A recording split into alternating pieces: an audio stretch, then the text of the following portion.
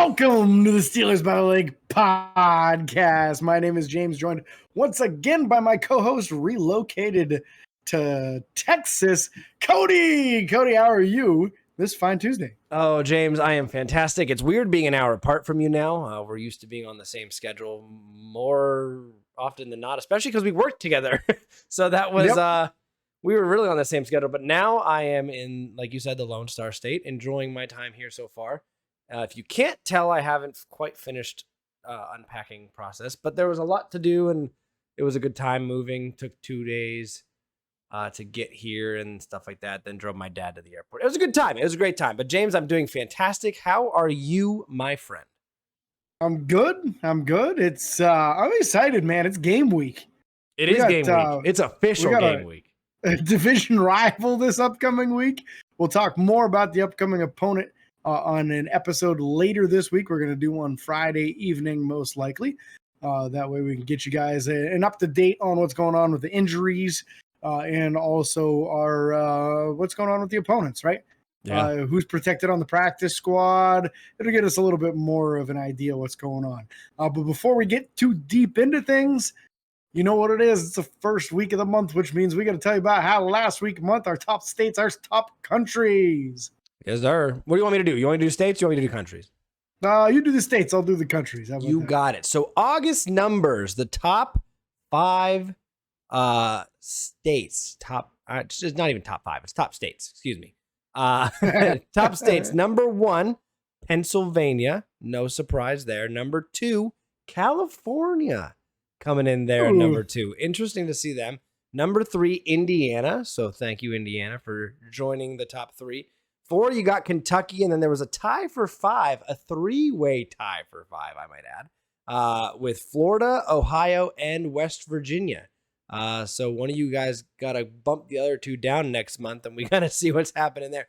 And James, I'm going to tell you, my goal right now is to get Texas on this list. So we'll see what happens. Chances are good, I think, buddy. I don't know.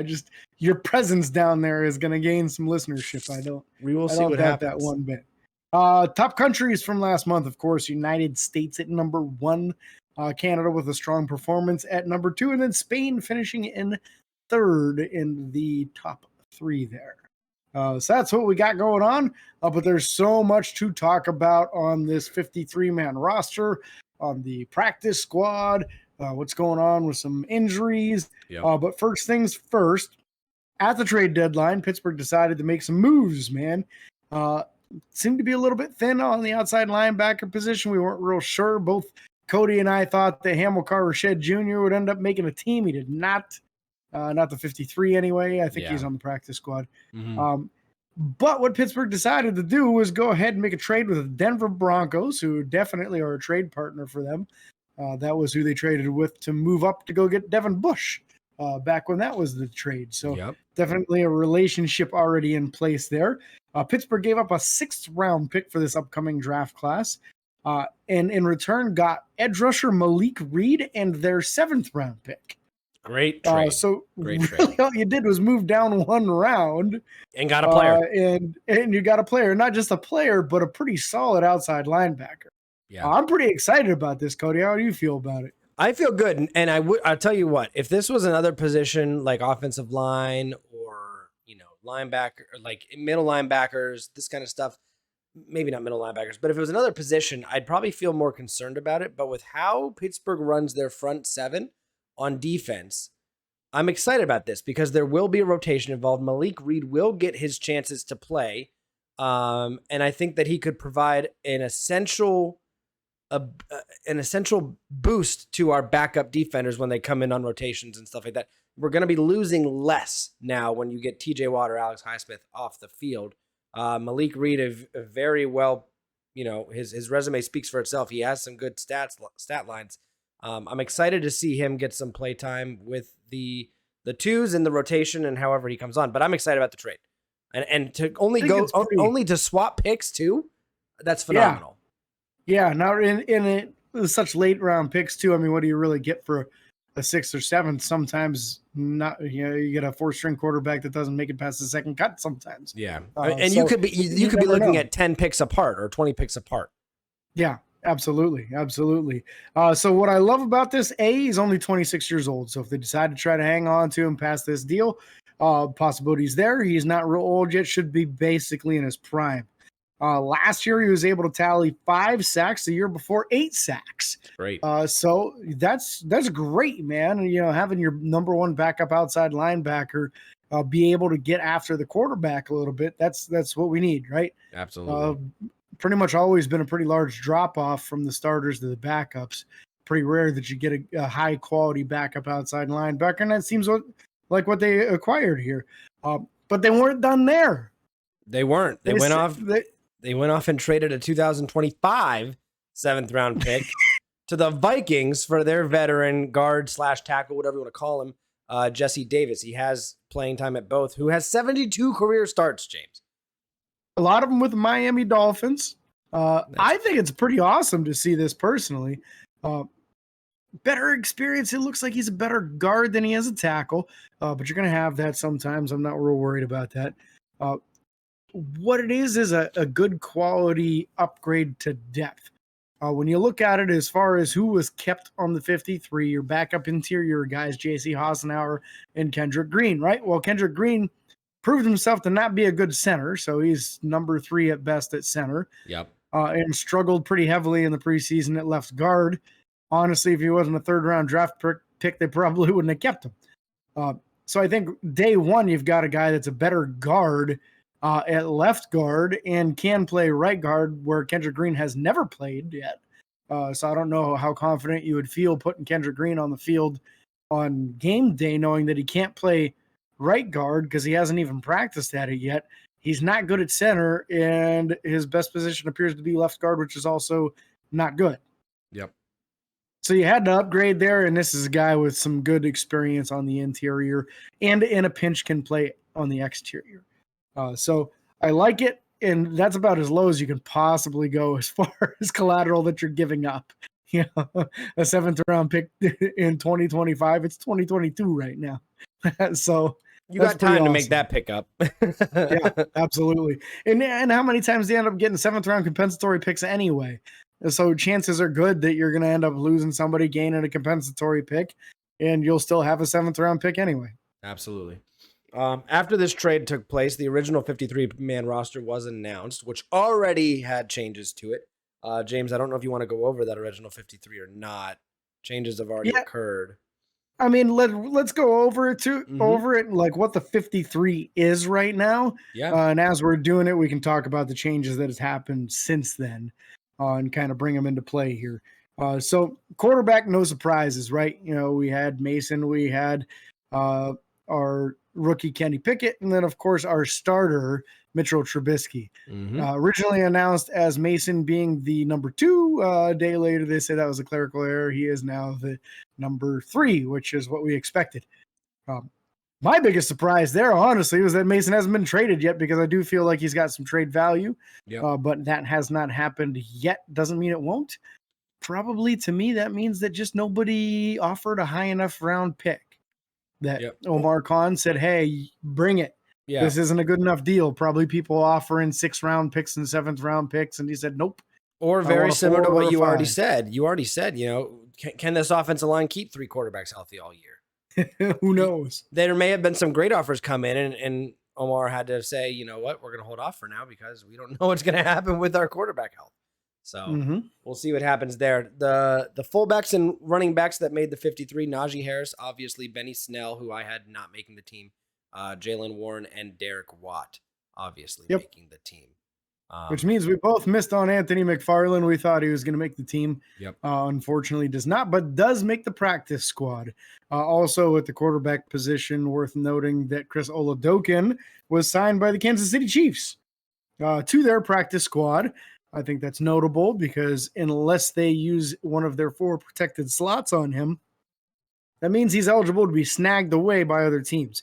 So if something does happen where Mason Rudolph is traded away, Pittsburgh can literally just sign Oladokun back right off of their practice squad to their active 53, and there's nothing Kansas City can do about it. So they would have to keep him as one of the protected 4 to keep that from happening.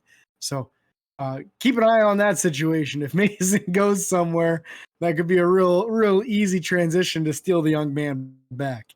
Wide receivers, let's go there next, huh? We both hit, we both missed, right? Yep, that's true. So Deontay Johnson, Chase Claypool, George Pickens, Calvin Austin the third, Miles Boykin, which was one that I hit that you had off. Steven Sims, which I did not have on the roster, that you did have on the roster, and then Gunnar Olszewski, which we both had. The only other thing being Tyler Vaughn's was one that you had. Yep. Didn't make the 53, and for some weird reason is not on the practice squad, and also didn't sign anywhere else either. Very strange. Very odd. The kid had a real nice preseason, so that just kind of makes me wonder if maybe he's just holding out, thinking that he can get a job back on a 53 and doesn't want to take a practice squad spot. Not really sure what's going on there. I don't know why they would have kept Cody White over him also. I don't know. As far as the practice squad, that doesn't make any sense to me. It seems like Tyler Vaughn, the far superior wide receiver. Yeah. But I don't know. Tight end room, we have Pat Freiermuth, Zach Gentry, and Connor Hayward. No surprise there. That's kind of basically what we expected, especially when we went over this. Jay Sternberger was already released at that point. Offensive line, Mason Cole, James Daniels, Kevin Dotson, Kendrick Green, J.C. Hassenhauer, Dan Moore, Chukwuekwuemeka 4, and I'm missing one. Which one am I missing? Originally, that was it. That was it for the original 53. Yeah, because then they signed Jesse Davis, so he would have been the extra one there. But originally, Trent Scott did not make the 53, but Pittsburgh did make some moves shortly after the original 53, which we're going to cover that. But he was one of the ones that was brought back onto the roster immediately following. Yep. Looks as though he will be the number one backup offensive tackle. They do have Jesse Davis listed as the top backup right tackle, but they just don't list one offensive lineman at multiple backup positions. So it could be that Trent Scott's actually the number one option at backup right tackle, but is listed at left tackle already. So they put Jesse Davis at right. Tough to say. I really wish they would have kept Joe Hagman. That's my biggest takeaway from this, is that I'm a little bit nervous if Dan Moore starts to struggle and is not able to get out of the funk that he was in those first two preseason games. He was a little better in that third one. What do? You're going to put Trent Scott out there? I think he's pretty bad, honestly. That makes me nervous. And it seems like of the four positions that Jesse Davis has played, both tackle and both guard, his worst position's left tackle. So you're not going to put him over there. Nope. So if Dan Moore really struggles, then you're looking at a possible entire offensive line shakeup and probably pushing Chooks over to the left and then maybe Trent Scott at the right. You can't put Dan Moore on the right. We saw that before. It was pretty awful. I'm very intrigued with what we're going to have to do with this offensive line, because I think you're going to have to do some mid-season moves or mid-season something to make this work.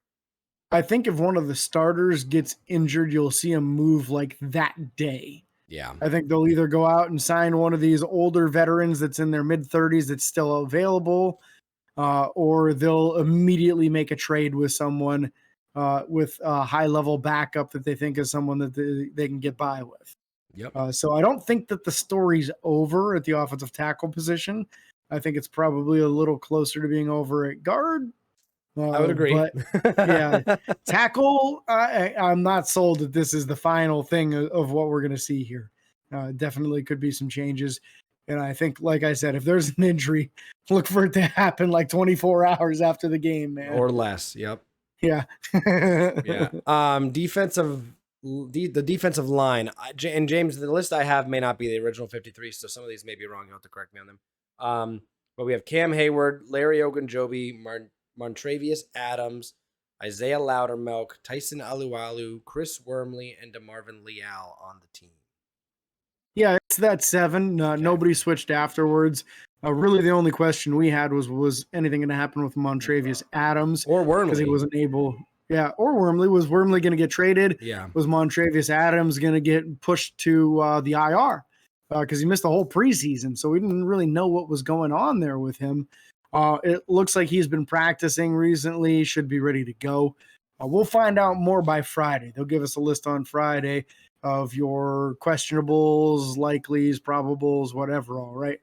So we'll see that stuff on Friday. We'll get a better feel for it. At which point we'll see what's going on. Also, Loudermilk, I'm curious with him too because he missed a lot of time in those last 2 preseason games. I thought he looked pretty decent in the first one, showing some good stoutness against the run, which that defensive line needs badly. Yeah. So I'm interested to see, but no surprises as far as who made the team. On a sad note, the top backup defensive lineman to those 7, in my opinion, completely unbiased, definitely not a fanboy of him in any way. Henry Mondo did sign with the New York Giants, but just to the practice squad. So he is re-stealable if need be. Also, Larry Ogunjobi lost the battle with Dan Moore Jr. for number 65. So he's actually switching over to 99. Yep. That's your new 99. Mondo out, Ogunjobi in. Yes, sir. Want to go over linebackers? Yeah, as a outside whole? first, then inside. Yeah, let's do that. Outside, you got TJ Watt and Alex Highsmith, of course. We now have Malik Reed, who was traded for right at the deadline. And we now have Jameer Jones also, which the Steelers claimed Jameer Jones off of waivers, and in the process cut Derek Tuska, who originally actually made the 53-man roster. Yep. But now is not on the roster. And then when we waived him, he was claimed by the Titans, I think. Titans. Yeah, the Titans. So we lose Tuska to the Titans, which just seems to be the way that works. If you're an outside linebacker and you're borderline for Pittsburgh, you go to the Titans. If you're a starter and you leave because Pittsburgh isn't going to pay, you go to the Titans. Tuzar Skipper was the Giants, and that's and he didn't have any say in that. Right? No, and neither did Bud Dupree. Bud Dupree went to the Titans. Bud Dupree did. Pittsburgh didn't re-sign Ola, and he went over to Tennessee. Bud Dupree went there because he was the highest bidder. Now Tuska claimed off of waivers. You can tell that there's some real similarities between the two teams with the way they're kind of picking off our when your scheme guys. fit matches another team's scheme fit, you got to make it work. So yep, absolutely. It makes it easy to train guys. Oh, absolutely. It's much less that you got to do, right? You're just teaching them the playbook rather than what they got to do because their responsibilities are so similar. Worth noting, this exact opposite thing happened last year. Pittsburgh originally kept Jameer Jones and then cut him and signed Derek Tuska. So it happens in reverse this year. To me, it screams that they really wanted the special teams abilities of Jameer Jones. He was an excellent kick and punt coverage guy last preseason. I don't know how that worked out for him last year in the regular season, but we at least know that he showed big time in the preseason last year on kick and punt coverage capabilities. Yep. I think that's the main reason. It's not like he's a stud pass rusher or anything, just very good on special teams, and your number 4 outside linebacker needs to be. Yep. Middle linebackers, we have the obvious Devin Bush, Miles Jack, kind of the top 2 starters. Then you have Robert Spillane and Mark Robinson making the team. Now, they also made the move later on to sign Marcus Allen back to the active roster. So Marcus Allen is now in there as well, which I was actually surprised about that move. James, I don't know how you felt about it, but having 4 solid middle linebackers already, bringing back Marcus Allen, who in my opinion is just a special teams guy at this point. He's never going to get action in middle linebacker. He's a converted safety. He's not going to get action at safety.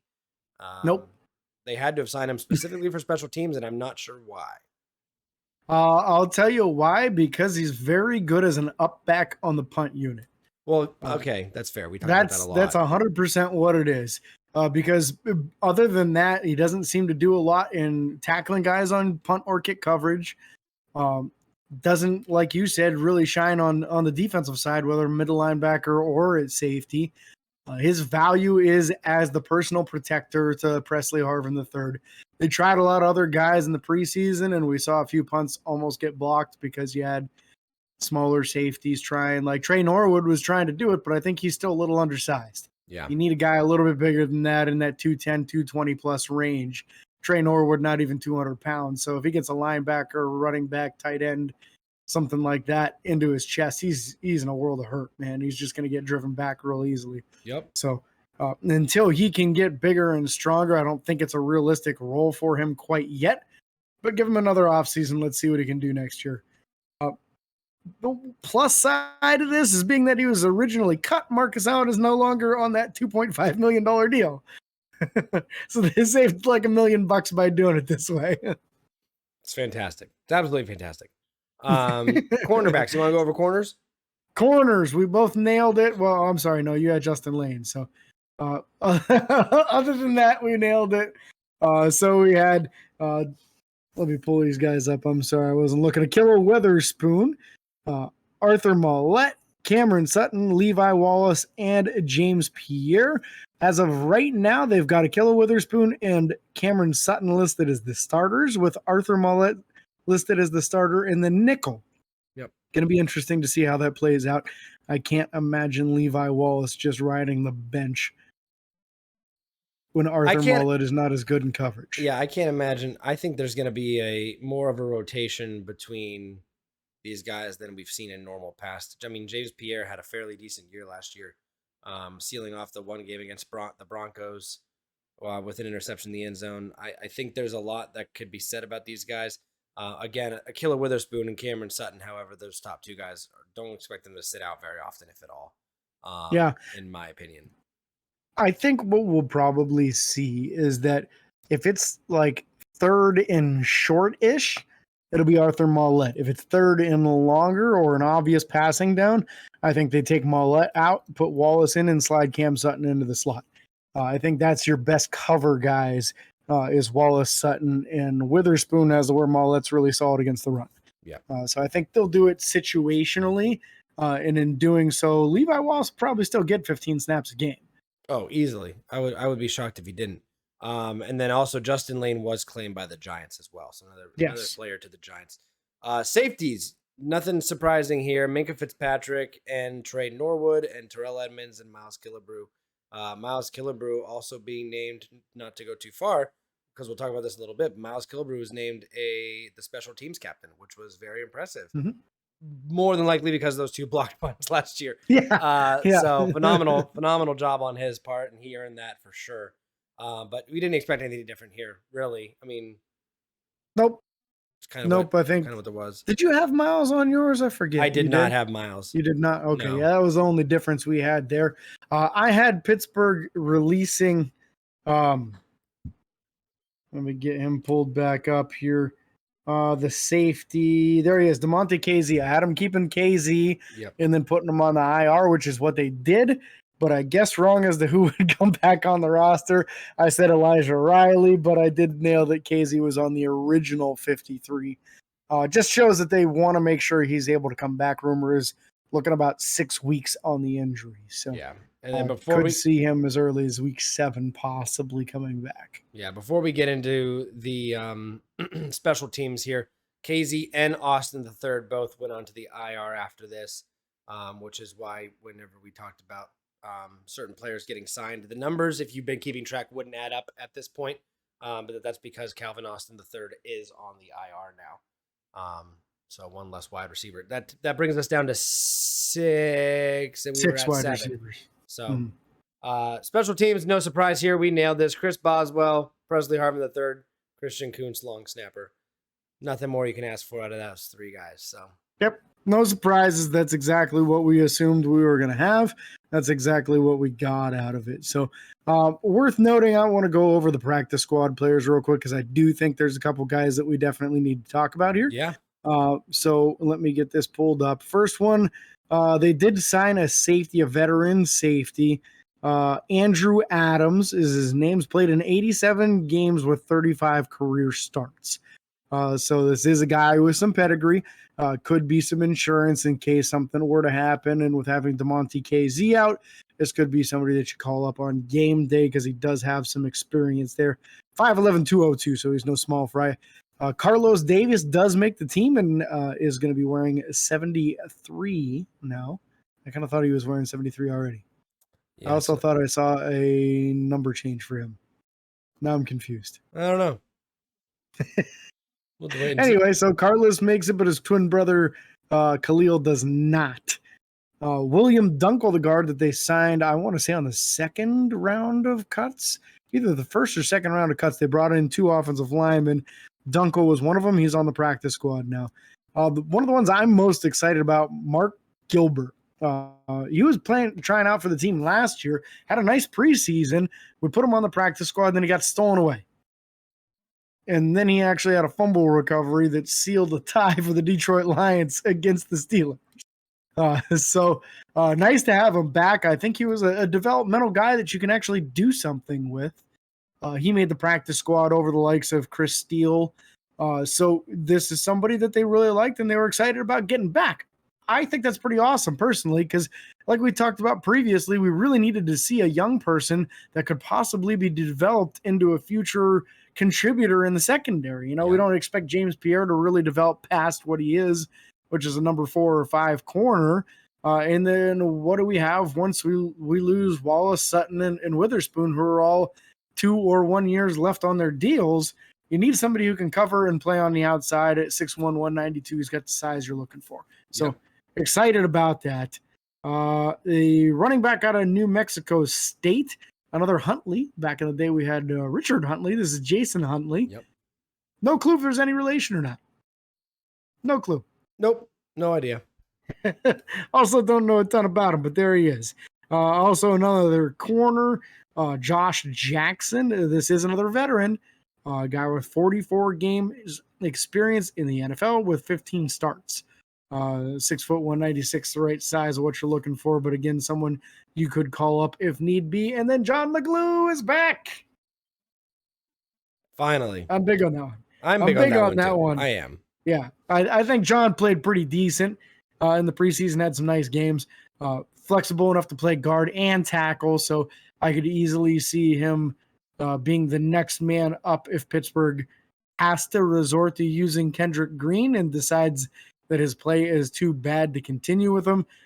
I see John McGlue as the next man in there. Ryan McCollum, the center, he was the one that was also brought in the same time as William Dunkel. So the guys that they brought into the team after that first wave of cuts kept both of them as far as interior offensive linemen for the practice squad.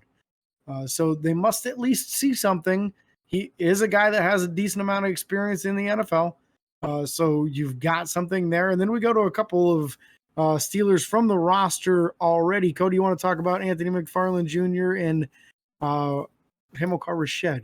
Yeah, so Anthony McFarland Jr. is a guy that we've talked about for years. 3 years in the league out of Maryland. He's had some showcases in regular season games and preseason games. We got to see a little bit of him this preseason where he popped. He popped a little bit. He had the speed we wanted to see. And it's exactly what we talked about we wanted to get from him, because he's not a run you over type guy like most of the other running backs on the team. He's more of a run around you and juke you up, which was kind of what we wanted. He also showed off a little bit in special teams, which was good to see. Didn't make the active roster, so that is what it is. Again, we talked about the linebacker Rashed Jr. from Oregon State. He's only been in the league a year. He's 24 years old.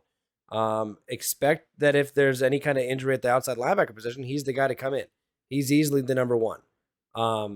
In my opinion, unless something else happens and they sign somebody else. I'm not sure what happens there. You also got a rookie tight end, Justin Rigg from Kentucky. You have something to say about him. I do, yes. It seems like he's a pedigree guy. The size and length that you're looking for at the tight end position. So this is an important move because Pittsburgh opted not to bring back Kevin Rader. So this is a young guy. He's an undrafted rookie. This is someone that they're going to attempt to develop, and keep an eye on him. Let's see what they turn into, if they're able to turn anything into what he might be. Heck yeah. After that, Elijah Riley, the safety that we just signed from the Jets. That's great. I like having him. Again, he would probably be my next safety on that I didn't have on just because they went out and signed him. You don't just go out and sign a guy just to cut him and not have him on the team. That doesn't make any sense. And he looked good in that preseason game. The only one he played in, number 3. He had a couple of pass breakups, a couple of big hits, and I liked what I saw out of him. So I wouldn't mind seeing him on the field. No, absolutely not. Chappelle Russell, another linebacker, 3 years in the league from Temple. I don't know much about him, but he's played in the league Again, at least 3 years of experience. He's 6'2", 236. He's played for both the Tampa Bay Buccaneers and the Jacksonville Jaguars. So first time being in the North. We'll see how he fares in the snow. So, and then you got guys, the two next guys on the list are guys that we've also had a little bit. Delonte Scott, the linebacker from SMU, who was a rookie last year. And then Cody White, the wide receiver we've talked about a lot. Again, surprised they keep him over Tyler Vaughns. Very confusing. Not sure. Tyler Vaughns, again, in my opinion, deserves to be on a 53 somewhere. With what we saw this preseason. So I'm not sure what's going to happen there. And then the last guy, defensive tackle, I don't know anything about him, but maybe you do. I do. Renell Wren. He's the size and length that Pittsburgh looks for in those prototypical 3-4 defensive end body types. So good length, 6'5", 318, good size. I want to say he was like a 4th-round draft pick too. So this is a guy with some pedigree. Pittsburgh loves grabbing guys like this and seeing if they can turn them into something. So he was a 4th-round draft pick by the Bengals in 19.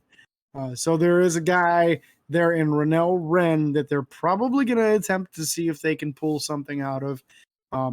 Weird that a 4th-round pick is already out there, but you know what? We've got them too. Buddy Johnson didn't make the team, and we didn't bring him back on the practice squad. So that was a pretty big miss, but it looks like that just kind of happened with a few guys lately in the 3rd and 4th rounds, right? Yeah, well, if they can do that with Buddy Johnson, I expect to see that happen with Kendrick Green next year if something doesn't pan out this year, because you can't sit on a guy like that and have him not perform well.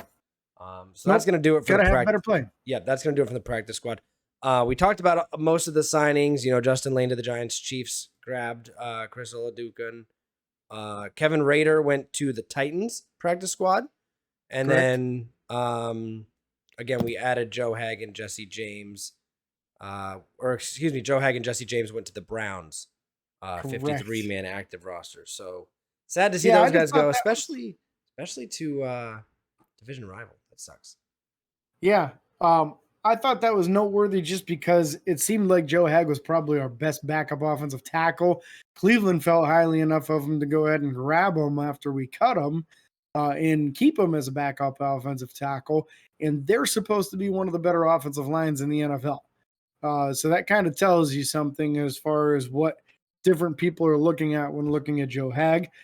Jesse James getting signed to the Browns. I'm just glad he's getting another opportunity. He's not that old of a player either, and could get some playing time there. It'll be interesting. Austin Hooper got let go in the offseason, so he'll be the number 3, but he's, I think, day 1 their best blocking tight end.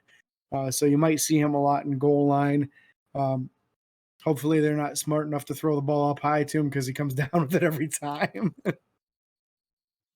Yeah, we'll have to wait and see for sure. Team captains were announced. Let's talk about these guys real quick. We already talked about Miles Killebrew. The 2 offensive captains, which would be interesting if the starting quarterback changes, is Mitchell Trubisky and Najee Harris. So that would be interesting. And then the 2 defensive captains, now I forgot those ones. TJ Watt and Cameron Hayward. Okay. I believe Cam is like an 8-time team captain or something at this point. It doesn't surprise me. But this is new for TJ, so new role for TJ. I'm not surprised with Najee Harris because this is what they were grooming him for last year. This was the whole reason they took him in the 1st round, not in this most recent draft class, the one before, because they felt he had leadership capabilities. They wanted to be able to use him as a team captain in the future, knowing they were going to be moving on from Ben Roethlisberger. Really, the big surprise was Miles Killebrew. But when you look at his resume from last year, blocking 2 punts, first guy for the Steelers to do that since like the 60s or 50s or something. That's an extremely impressive resume. So he got the nod over Derek Watt. I believe Derek Watt was the special teams captain last year. So that's your big change there. And I think that maybe that's a little bit of foreshadowing with Pittsburgh too. If you had Derek Watt as your team captain on special teams again this year, how do you move on from him after his contract runs out this year? Makes it a lot tougher. So I think this is a little bit of writing on the wall moving forward with Miles Killebrew. You don't really owe anything to him after this year, but you also don't owe anything to Derek Watt after this being the final year of his 3-year deal. Yep. One last news piece to cover. James, you want to go over this one? I do, man. It's a a player near and dear to my own heart. I think I got a Franco jersey hanging over there in the corner right now. Steelers decided today, they did a 1:00 press conference and made the announcement that they will officially retire jersey number 32 in the memory of Franco Harris. This is going to happen on December 24th, which is the game Christmas Eve against the Las Vegas Raiders. So I'm glad they're doing that, because usually when there's ceremonies like that, the outcome is a little more favorable for Pittsburgh. And they really needed something to overcome the jinx of the Raiders, because the Raiders beat us like every time they play us. Yeah. So needed that badly. I'm happy to see it. I think it's well deserved for Franco. Now the Immaculate Reception will go down as the last guy to ever wear that number 32. Absolutely. And I'm excited it happens against that game, because that game holds a little bit closer place in my heart now. Not in my heart necessarily, but did I tell you this already? That was the opponent of the Immaculate Reception too, so you know they did that on purpose. Oh, 100%. Especially because the Raiders players and fans still think it wasn't a catch, which it absolutely was. But no, tell me your story. A buddy that I went to college with is on the Raiders practice squad right now. So, oh, was that the guy that was on the Chiefs? Yep, the Chiefs cut him and the Raiders signed him. He's currently on the injured reserve list, however, so he has to miss at least the first 4 games of the season. But he is on their practice squad. So that's awesome. That's exciting. I'm excited to see him play. I watched some of his highlights from the Chiefs preseason. He looked fairly good. So he didn't allow. What's his name again? Vitaly Gurman. Vitaly. Great guy. Vitaly. There's a pro Vitaly podcast right here. This is 100%. I'll support him no matter where he plays, unless it's the Browns. Just kidding. So yeah, I wouldn't wish that on him, because then he'd just be getting beat up by TJ Watt. That's true. I'll tell you what, Vitaly is a big man. I don't know. I would be excited to see him start against a game against us and see how that went. I don't know. But again, we can't thank you guys enough for listening. I apologize if I don't know how the audio sounds. It may sound a little different with this room and everything. Like I said, I'm not quite done unpacking here in Texas. But again, thank you guys so much for listening. Be sure to like and follow on Facebook, Twitter, Instagram, and YouTube. Subscribe and ring the bell. It's free. And until next time, this is your host, James and Cody, signing off. Peace.